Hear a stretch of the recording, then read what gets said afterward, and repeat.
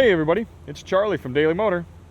And I don't even got to tell you what this is. You read it on the title, you see it in the thumbnail, it's right here in front of you. It's the 2020 Corvette C8. Now, reviewing the Corvette, it's kind of like the independent automotive journalist equivalent of the boss coming in. It's your quarterly review. It's that big project that you've worked on for months and months and you're presenting today.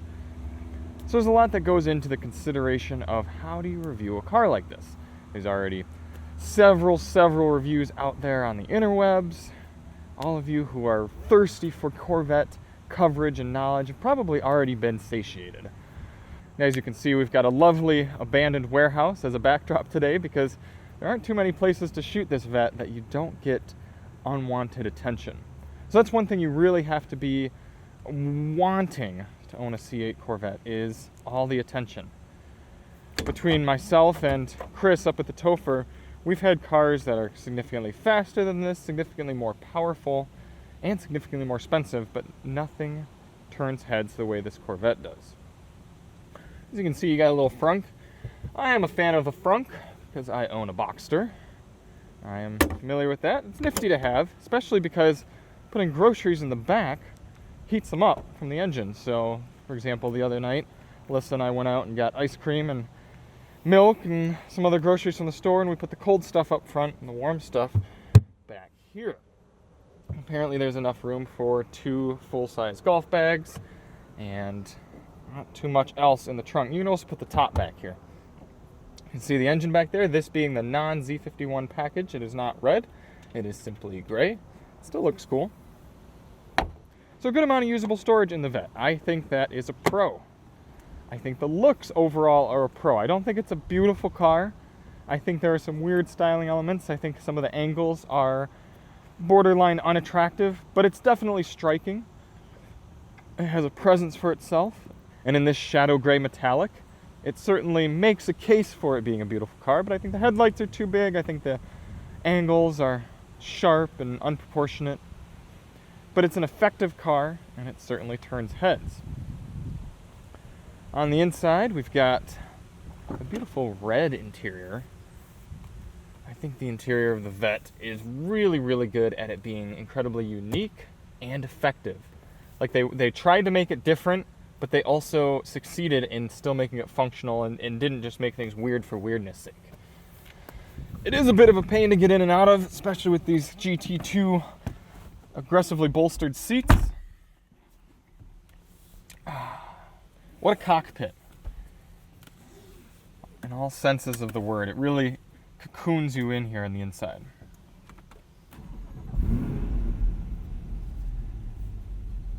Let's go for a little drive and talk about the C8 Vet. Chevy set out to entirely change the Corvette brand with this car. And in that, they did an incredible job. Very effective, very successful. This Corvette is a complete departure from any Corvette of past. And you all have heard that before. Unless this is the very first C8 Corvette video you've ever seen, you know that this car is different. I mean, just look at it. It's completely, the engine's in the wrong spot. But all the Corvettes of past have always had the feeling that they're relatives of muscle cars. You can tell there are vehicles made for Detroit. They're sports cars through and through, but you could feel that family tie and connection to the Mustangs, to the Camaros, to big rumbly V8s, and sort of Woodward cruisers, if you will. This car completely disregards its family connections, set out on its own, and it really doesn't feel home here in Michigan. This car is the type that if you're not carving canyon corners or tearing up a racetrack, it almost feels like you're underutilizing the vehicle. It's not as satisfying to just hop in, and obviously can't row your own gears. Everything's very aggressive, wanting to be pushed to the next level. Any corner that you're taking, you know you could be going faster. The car wants you to be going faster. Just cruising on an evening stroll out to the ice cream shop or a cars and coffee event in the morning just feels like a waste of this car. And that's not something that I've ever felt from previous Corvettes. And it's also something that would really prevent me from buying this car. They've checked nearly every single box with this Corvette. It's the looks are effective, the handling is effective, steering, ride, engine, power, launch, interior. There's nothing overlooked in the C8 Corvette. But because it's so good, it loses a little bit of character, at least out on these sort of roads.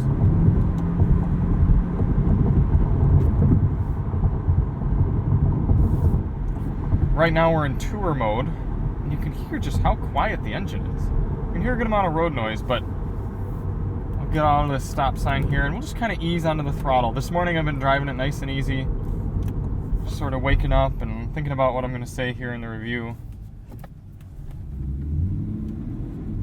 This is just easy throttle, getting up to speed.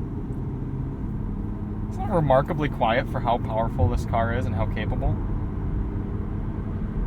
And that's another bit of a complaint of mine, is even if we switch over here into my mode, which opens up the active exhaust, you don't really hear the engine until you're about 90% into the throttle.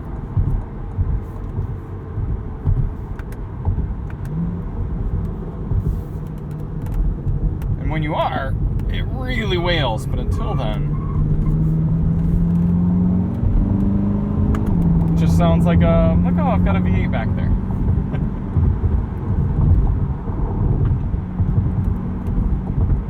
It's so easy to just get distracted driving this car because you're just focusing on the car. It still does a really good job at being an engaging driving experience, and that's one of the things that is really great about it.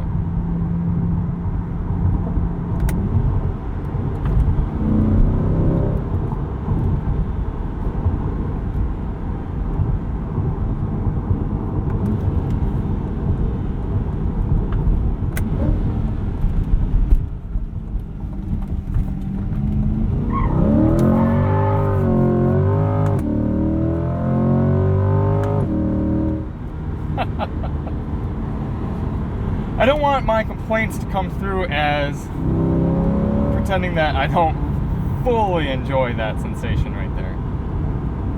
But you do really have to work at making this car lively on dry roads. Moving the engine to the back places so much more weight back there, and that's perfect for when you're trying to go faster on a racetrack. But when you're trying to screw around on back roads, it doesn't really help. Let's do a little launch control here. The launch is quite effective, even with these all-season tires.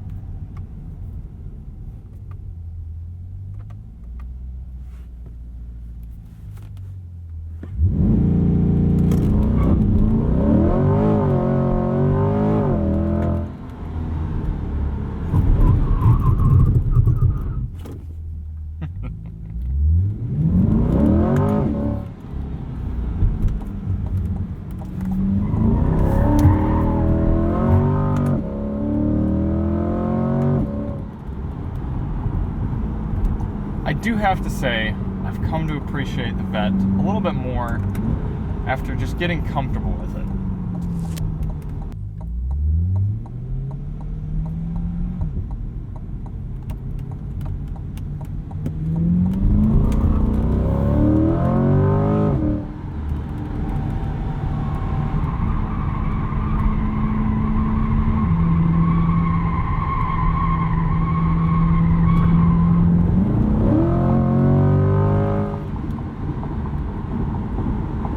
Getting up here at highway speeds, dial it down to 70 and let you hear sort of what it's like on a loud concrete highway. It's a loud car. There's a good amount of road noise and tire noise, even with these all-season tires. If you want to see more of the Corvette's highway expertise, check out the link in the description to our 100-mile real-world highway fuel economy test, where the Corvette scored very, very well. And not surprising, considering you can shut off 4 of its cylinders and just cruise around in V4 mode, sipping gas, cruising at, what, 1400 RPM at 70 here. These seats, even though they're a bit firm, they're very well supported. I've been comfortable all the time I've spent here in the car.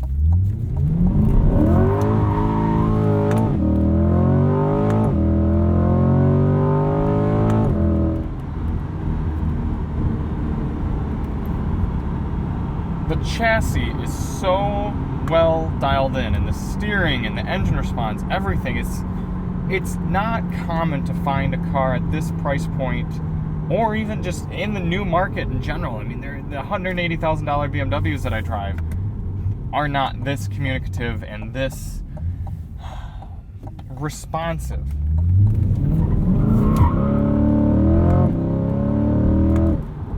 The most fun I've had in this car was yesterday. It was rainy throughout the morning, and I went out to shoot a winding road drive, and oh my gosh, every single corner I was just hanging the rear end out.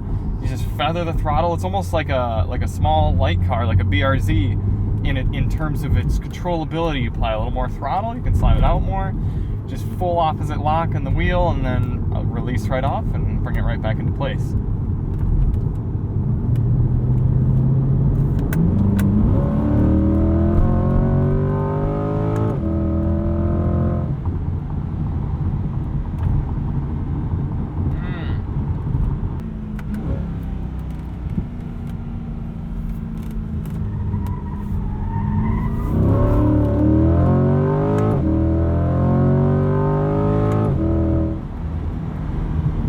Now, I have had the chance to spend time on the track and on back roads with a Z51 package C8, and that car is more thrilling in the sense, and that car is more capable.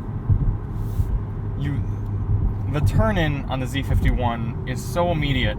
You can just feel the tires bite down with absolutely no give. Understeer is virtually non-existent. And you feel like you can always push through a corner faster. You're like, man, I wish I got to do that again. I would have gone 5 miles per hour faster, 10 miles per hour faster. This being the non-Z51 package and the all-season tires, you find the limit quite quickly. The tires do scream for a while, so even when you start hearing that squeal, you can push it a little bit harder before you fall off the deep end of grip. But it's not like the summer tires that just hold on for dear life. But you can't do this as easily in the Z51 car.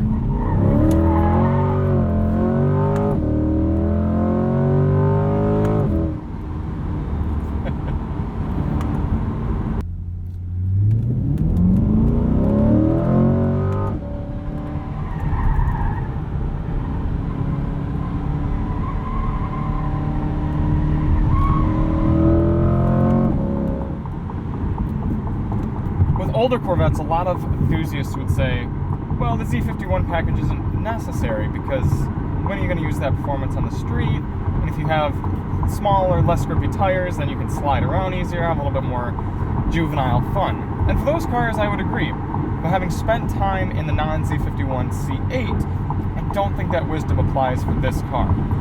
This car is not a hooligan machine in the way that you just feel like what you need to do is be sliding it around.